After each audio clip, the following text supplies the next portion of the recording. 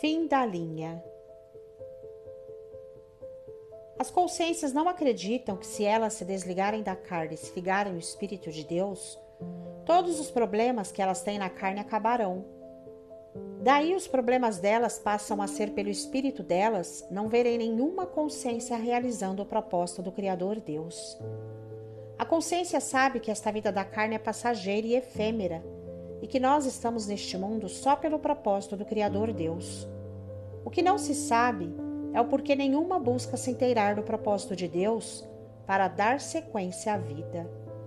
Eu descobri que o propósito de Deus tem 3 fases: a fase de espermatozoide, a fase humana e a fase espiritual. E não se passa de fase com as mãos, mas tudo é regido por leis e princípio, tanto para passar de espermatozoide a ser humano, quanto de ser humano a ser espiritual. São doutrinas semelhantes, tanto a de Melquisedeque quanto a de Cristo, só de ordens diferentes. A ordem de Melquisedeque foi para passarmos de espermatozoide a ser humano, e a de Cristo é para passarmos de ser humano a ser espiritual. Trata-se do mesmo espírito, mas de ordem diferente. Como Caleb disse, o mesmo que nos trouxe até aqui é o mesmo que nos levará ao céu. A primeira ordem foi praticada entre nossos pais carnais. A segunda ordem é praticada entre Deus e a consciência.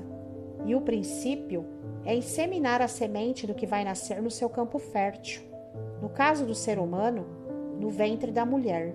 E no caso do espírito, na consciência. Como está escrito, porque o teu Criador é o teu marido. E em outro texto diz: assim como o noivo se alegra da noiva, assim também Deus se alegrará de ti, consciência. Paulo também disse: assim como trouxemos a imagem do ser animal, assim também traremos a imagem do ser espiritual. Mas não é primeiro o ser espiritual, senão o animal, depois o espiritual. E por que esta ordem? Porque precisa do ser animal para produzir a consciência, onde será inseminado e gestado o ser espiritual. Trata-se de uma ordem de função.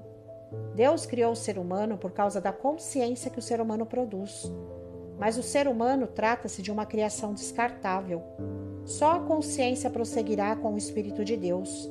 Mas isto, se ela inseminar e gestar o Espírito de Deus dentro dela. Pois se não gerar, cairá no vazio eterno sem volta. Mais uma vez eu digo, nós estamos dentro de um propósito sábio. A consciência que descobrir este propósito e praticá-lo estará na terceira e definitiva fase da vida, a fase espiritual.